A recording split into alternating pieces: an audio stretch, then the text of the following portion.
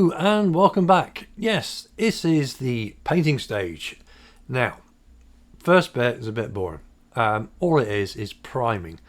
Now for this I'm using a Tamiya acrylic, a grey of some description, and basically all I want is a neutral colour and something for the actual lacquer paint to get hold of, rather than just having bare plastic. I've had it in the past where the lacquer paints have lifted, so a good decent primer coat is needed for said paint. On primers though, there is a video which I'll link in the description of a video that I did quite a while ago, and it tells you all about primers and yeah, it's tumbleweed stuff. Anywho, what I'm doing now is I've got a lens cloth which I don't use anymore, and all I'm doing is just rubbing it over the entire kit just to get that sort of like first sort of like dry layer of the primer off, and then really you're left with a nice smooth finish which will benefit the actual main paint stage itself, or the camouflage, and also decaling. So my preferred weapons are attackers, orange line lacquer paint, and to start with it's jet black. Yes, all I'm doing is I'm using jet black paint on the actual radome itself, and with this and the other applications that I am going to be putting on, it's light coats to begin with just to get the paint down. And the good thing about these paints is that they do dry really quick, so once you've got the first application on, you can pop on in another and just, well, yeah, you can gauge how much you want actually on to get the best coverage that you want. And once that's finished with, you can go in and either lighten it or darken the actual paint itself. Now on this I've just slightly used NATO black on this, just to sort of like break up the black so it's not a solid sort of like, a solid black thing on the end of an aeroplane. So yeah, it just gives it a bit of life. Just say, it's been in a bit of weather, it's done some flying time, and yeah, it's had some use. So once that was done, NATO black again. And yes, this is the walkways, or the walk sort of like panels actually on top of the fuselage. Now I've used NATO black and I've just lightened it up again with some grey, and afterwards I can just mask it up. But I wanted to have that sort of like bleached look, so when you're looking at it, if it does look patchy, that's what I'm after. I just want something that's broken up, and like I said, same thing as the radome, that it's not just a solid black sort of like line lump or whatever you want to call it.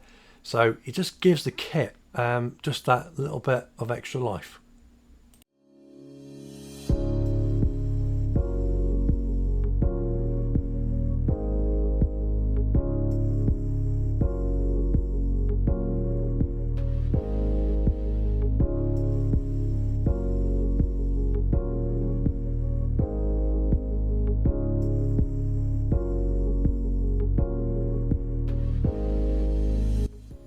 Now with this dark grey, it is only very slightly lighter than the NATO black, so all I'm doing is I'm just picking out the panels which I can, and just spraying the centres of them, so you've got a lighter inner, and around the edges of the actual panels themselves are remaining black, or a darker black. It just gives that sort of like, mixed up feeling. So medium green, here we go, the main event. This is the cam. So all I'm going to do is say this once. It is light coats. You're taking your time and you have fun with it, and that is it. Just take your time, have fun, and just do thin coats, and that is it. So I'm going to leave you with some tunes, and this is how I do the cam.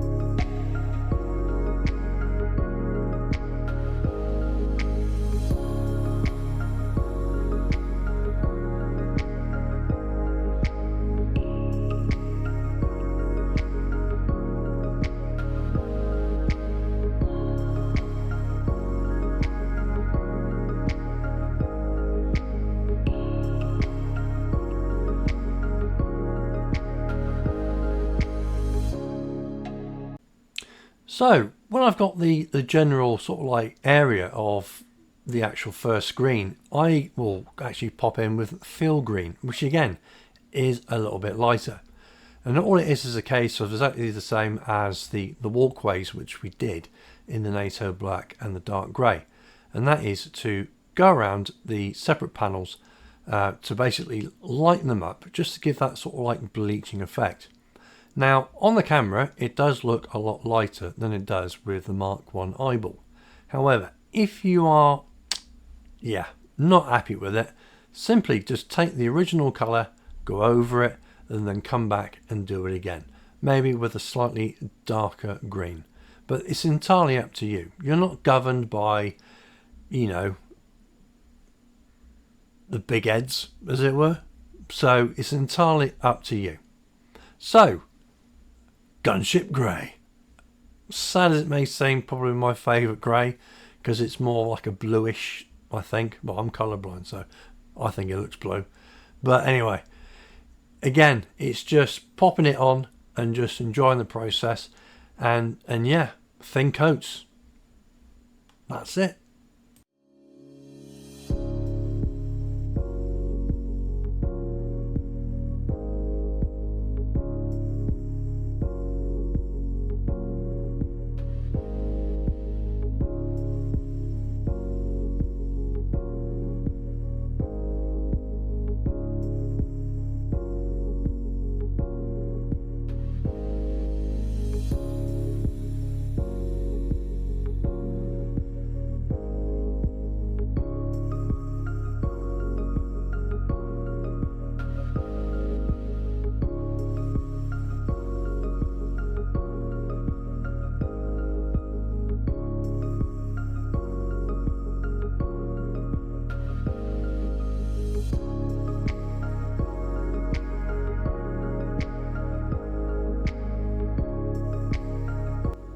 So onto the dark green and the final green, actually for the camouflage scheme. Now it is a simple case of you can try and do it sort of like freehand. Now I did the freehand camouflage to a point, however I did have to cut in with some masking tape and actually do a bit more of a prominent demarcation between the two greens and the grey. But once that was done, and once that was over with, and I was happy, then I could take the actual, all the masking tape off. And if you needed to cut in again, all you need to do is either remask or just touch in little bits with the airbrush. So, next thing is metallics. Now, with this metallic paint, it is rather thin, and hence why I did cover the entire kit with masking tape and kitchen cloth, because I'm using these. These are the AK Extreme Metals. Now they are pre-thinned. All you've got to do is stick them in the airbrush and away you go. But when you do use these, I do suggest that you put it on a lower flow actually coming out of your airbrush. And I'll be using these, which is the clear blue and orange from Tamiya. So first thing, aluminium or aluminum, wherever you come from.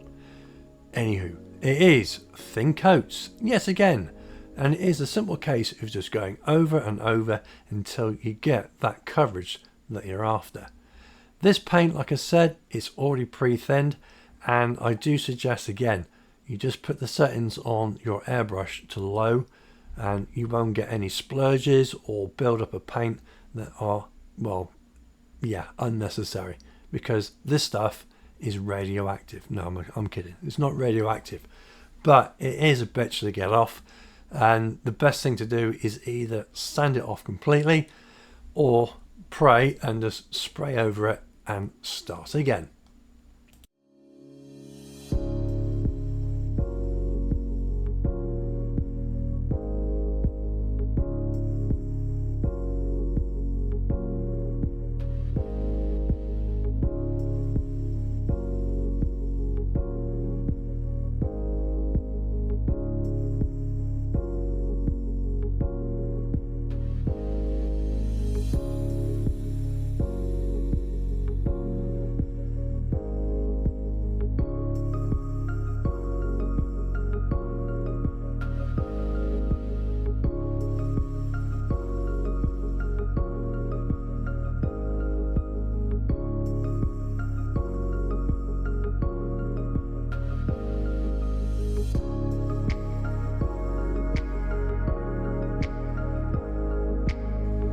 So next up is jet exhaust. Now this is quite a dark colour, so use it sparingly, but what I did for this was I sort of like pre-shaded the actual aluminium.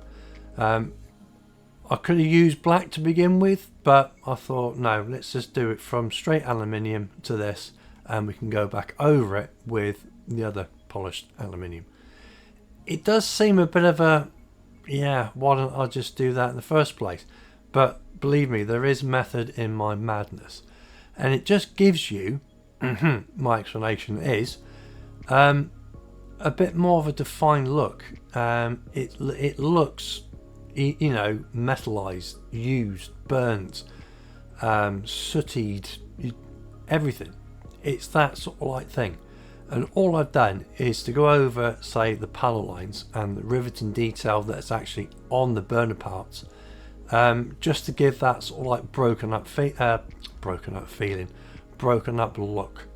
And that is basically carrying on until you think, right, okay, I can stop there, and then I can proceed with the next colour.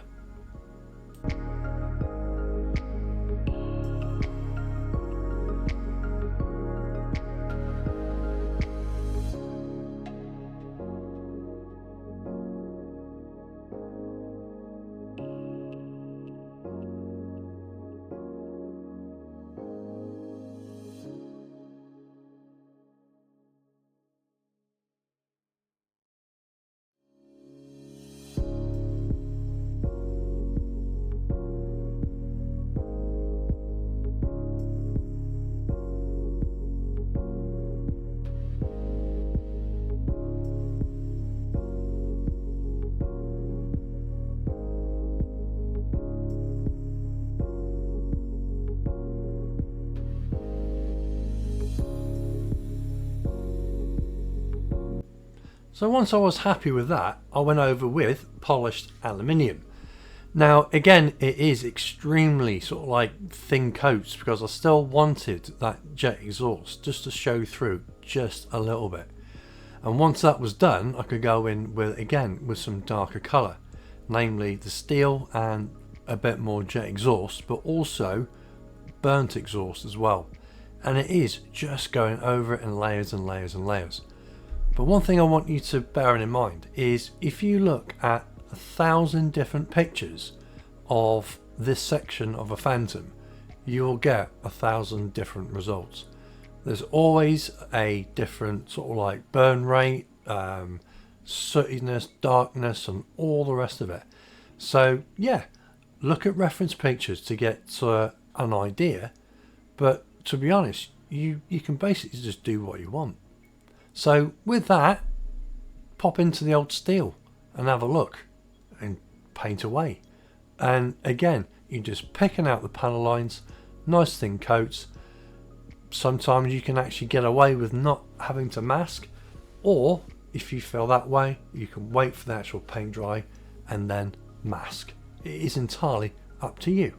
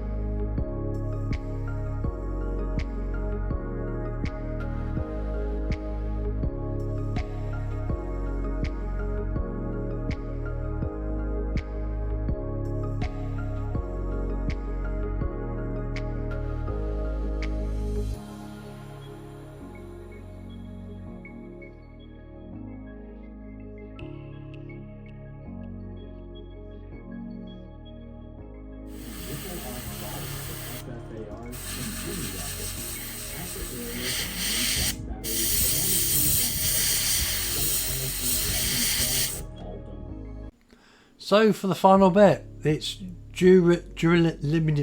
yeah, I can't pronounce it anyway.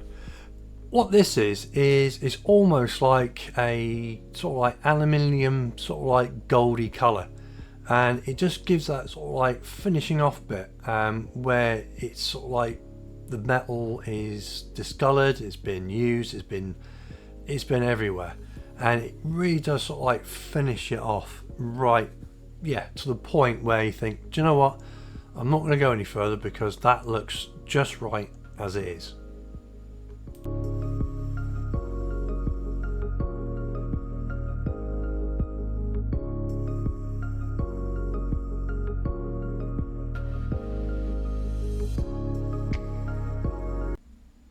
Right, that is the main paint stage all done and all sorted. However, I do have a couple of bits left to do, which is where the air brake housing is, the main wheelbase, the front wheelbase, and, well, whatever that part is there on the avionics side, I think it's avionics, on the side of the fuselage. And that's it. Apart from that, there is just little knickknacks that I've got to cut through and just make sure that it is all sorted. So, thanks for watching. See you next time.